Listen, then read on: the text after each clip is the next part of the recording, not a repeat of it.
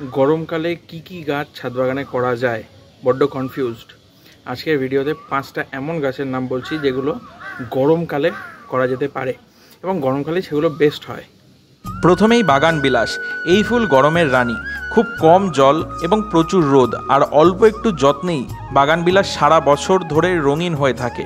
Cutting থেকেই সহজে গাছ তৈরি করা যায় আর ছাদের রেলিং ধরে ঝুলে পড়লে একদম ওয়াও ফ্যাক্টর তৈরি করে।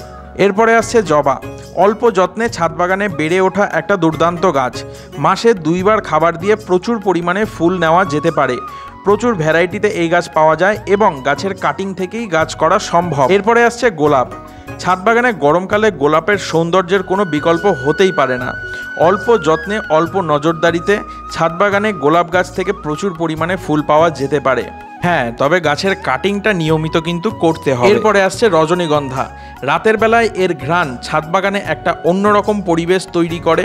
গরমকালে এর ফুল ফোটার সংখ্যা বেড়ে যায়।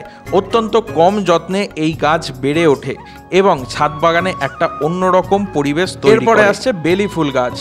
গরমকালে ছাদ বাগানে যদি কোনো সেরা গাছ থেকে থাকে তাহলে সেটা বেলি ফুল গাছ। অত্যন্ত কম যত্নে বেড়ে ওঠে এই গাছ, তবে হ্যাঁ, একটু কাটিংয়ের দিকে বাড়তি নজর দিতে হয়।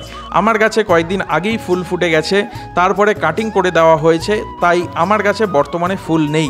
তবে এর ফুল ফুটতে বেশি সময় নেয় না, গরমে বেশি ফোটে। তো এই ছিল আমার ছাদ বাগানের সেরা 5টি গাছ যেগুলো আপনার ছাদ বাগানেও জায়গা করে নিতে পারে এই গরমে।